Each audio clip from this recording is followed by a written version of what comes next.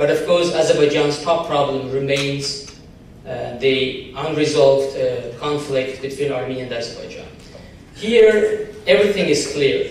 One country wanted to expand its territory at the expense of the neighboring country, and then started raising illegal claims, and then started occupying, actually, the territory of that country. So Armenia has implemented this illegal occupation of Azerbaijan's internationally recognized territory. The war, first wars between two union republics within the Soviet Union, and then after these two republics became independent, it turned into an international war, so to say, between the two countries. But it was, it's of course about the territory, 1/5 of your internationally recognized territory gets occupied. But it's also about human beings. 1 million Azeris today are refugees. Imagine, in the beginning of 1990s, Azerbaijan had 7 million population. And we had back then 1 million refugees.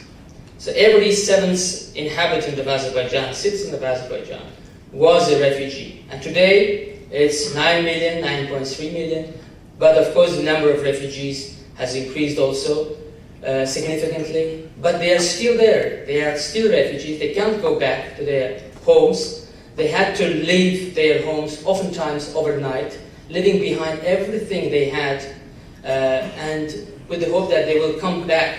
But since 20 years, due to the non-constructive position of the Armenian government, it's impossible to resolve this conflict, because the government of Armenia still sticks to the policy of occupation, despite the fact that the international community condemned this occupation.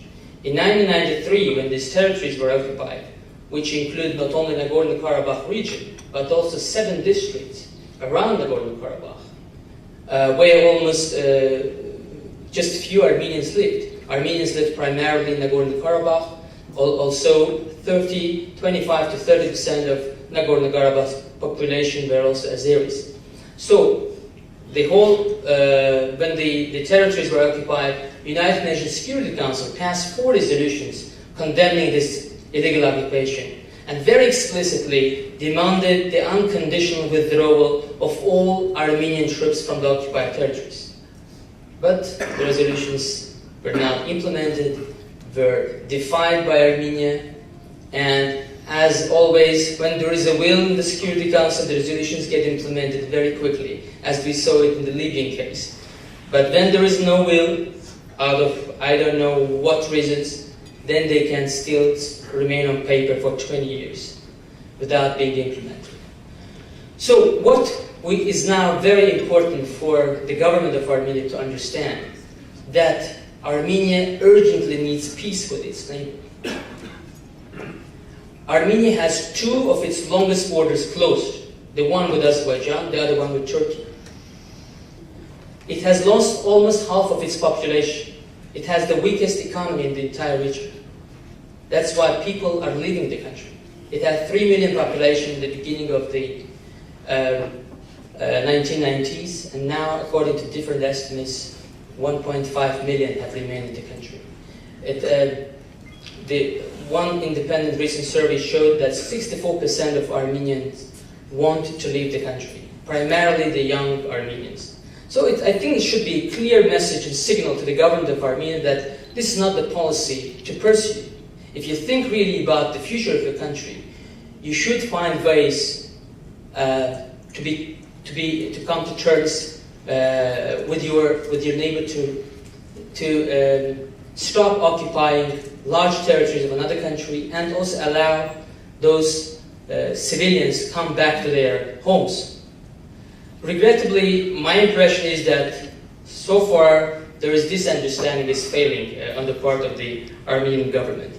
Also now, living here in the United States, and I see here some representatives of the Armenian diaspora here in this room, we read from time to time also some very concerned articles from concerned Armenians who really now think that, okay, this is not the situation we wanted Armenia to have.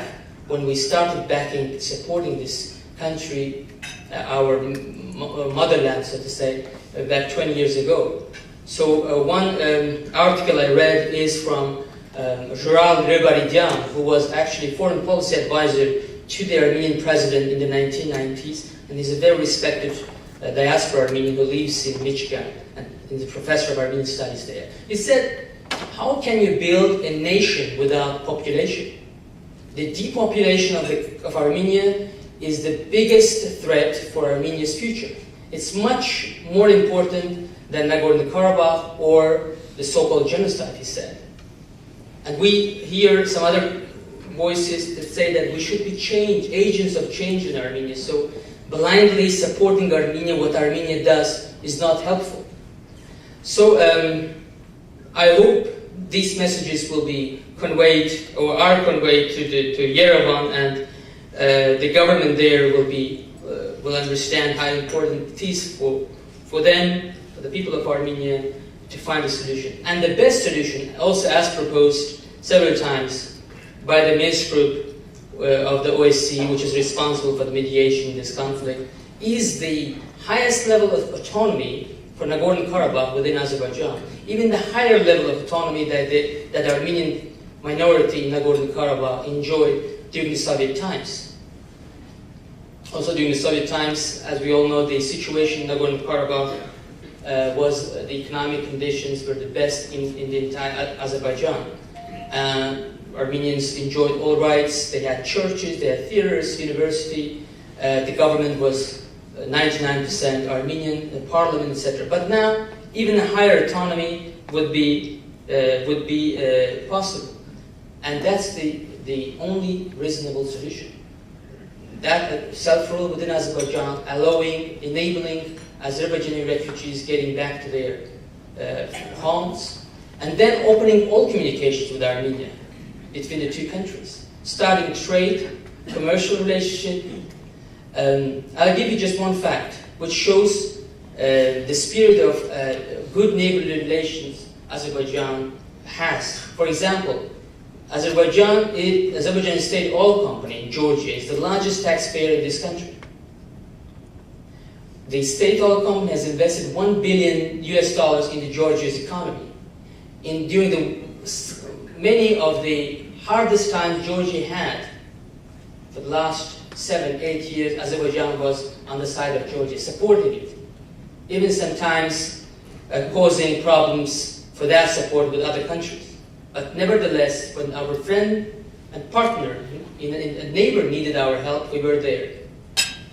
So that cooperation should be a signal also to Armenia that after resolution of this conflict, enormous opportunities will emerge for the same amount of partnership, cooperation between Armenia and Azerbaijan. But in order for that to happen, the territory, the illegal occupation should end, and refugees should go back to their homes.